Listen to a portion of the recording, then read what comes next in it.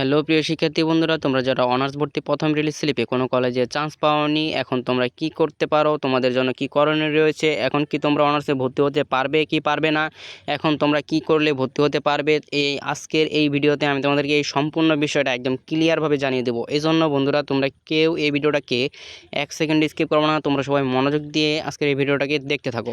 আর বন্ধুরা, তোমরা যারা এখনও আমার এই চ্যানেলটাকে সাবস্ক্রাইব করো নাই, তোমরা অবশ্যই আমার এই চ্যানেলটাকে সাবস্ক্রাইব করে রাখবে এবং নিচের যে বেল বাটনটি রয়েছে সেই বেল বাটনটি অন করে রাখবা। কারণ শিক্ষা সংক্রান্ত যে কোনো তথ্যই আসুক না কেন, সকল তথ্যই কিন্তু আমি আমার এই চ্যানেলের মাধ্যমে তোমাদেরকে জানিয়ে দিয়ে থাকি।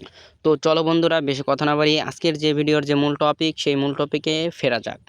তো বন্ধুরা, আমি তোমাদেরকে ভিডিওর প্রথমে যে কথাটা বলছিলাম যে তোমরা যারা অনার্স ভর্তি প্রথম রিলিজ স্লিপে বা কোনো মেধা তালিকাতে কোনো কলেজে চান্স পাওনি, এখন তোমরা কি করতে পারো, তোমাদের জন্য করণীয় কি রয়েছে, তোমরা কি ভর্তি হতে পারবে কি পারবে না, আজকের এই ভিডিও কিন্তু আমি তোমাদেরকে এই ডিটেলসটা জানিয়ে দেবো।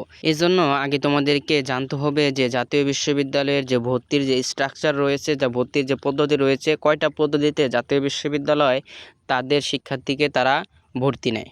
বুঝতে পারছো? তোমাদেরকে কিন্তু প্রথমে অনার্সে ভর্তি পরীক্ষা দিতে হয়েছে।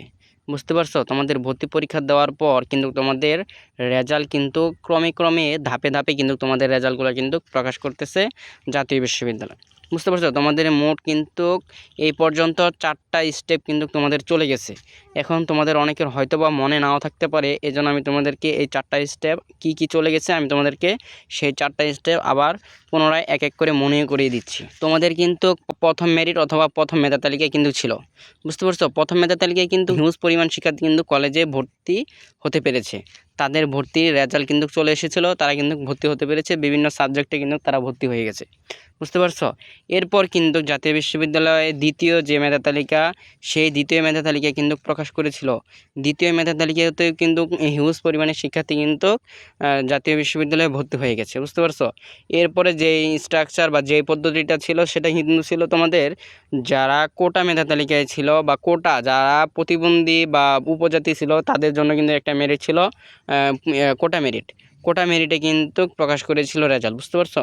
কোটা মেধা তালিকায় যারা ভর্তি হয়েছে তারা তো ভর্তি হয়ে গেছিলো।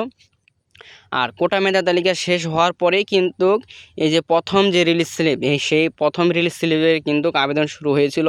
প্রথম রিলিজ স্লিপে তোমাদেরকে আবেদন করার জন্য কতদিন সময় দিয়েছে, সময় দেওয়ার পর তোমরা কিন্তু আবেদন করেছো। আবেদন করার পর কিন্তু তোমাদের এই যে এইমাত্র কিন্তু কয়দিন হলো তোমাদের প্রথম রিলিজ স্লিপের রেজাল্ট কিন্তু প্রকাশ করেছে। রেজাল্ট প্রকাশ করার পর কিন্তু তোমরা কিন্তু অনেকেই কিন্তু কোনো কলেজে চান্স পাওনি। প্রথম রিলিজ স্লিপে কিন্তু তোমরা অনেকেই কোনো ধরনের কোনো কলেজে চান্স পাওনি, তোমরা কিন্তু ওয়েটিংয়ে পড়ে রয়েছো। এখন তাহলে কি তোমাদের ভর্তির কিন্তু সুযোগ নেই? হ্যাঁ, তোমাদেরকে বললাম না যে ভিডিওর শুরুতে কিন্তু তোমাদেরকে বলেছি তোমাদের জাতীয় বিশ্ববিদ্যালয়ে ভর্তির জন্য 5টা স্টেপ বা 5টা পদ্ধতি রয়েছে। এই 5টা স্টেপ বা 5টা পদ্ধতিতে কিন্তু জাতীয় বিশ্ববিদ্যালয় শিক্ষার্থীকে ভর্তি নিয়ে থাকি। বুঝতে পারছো? 4টা যেহেতু চলে গেছে, এরপর কিন্তু তোমাদের যে স্টেপটা রয়েছে 5ম নাম্বার, সেই 5ম নাম্বার স্টেপটা কিন্তু হচ্ছে দ্বিতীয় রিলিজ স্লিপ। বুঝতে পারছো? দ্বিতীয় রিলিজ স্লিপে কিন্তু তোমাদেরকে জাতীয় বিশ্ববিদ্যালয়ে আবার পুনরায় আবেদন করতে দিবে কিন্তু 5টা কলেজে। যে প্রথম রিলিজ স্লিপে তোমরা যেভাবে আবেদন করেছিলে ঠিক সেম তোমাদেরকে দ্বিতীয় রিলিজ স্লিপে এভাবে কিন্তু তোমাদেরকে আবেদন করতে দিবে। তোমরা কিন্তু সেভাবে আবেদন করে নিবে। আবেদন করে নেওয়ার পর কিন্তু তোমাদের কিন্তু অনেকে কিন্তু কলেজ পাবে। আর দ্বিতীয় রিলিজ স্লিপে তোমরা যারা কোনো কলেজে চান্স পাবে না, দ্বিতীয় রিলিজ স্লিপে চান্স না পেলে কিন্তু তোমরা আর অনার্সে ভর্তি হতে পারবে না।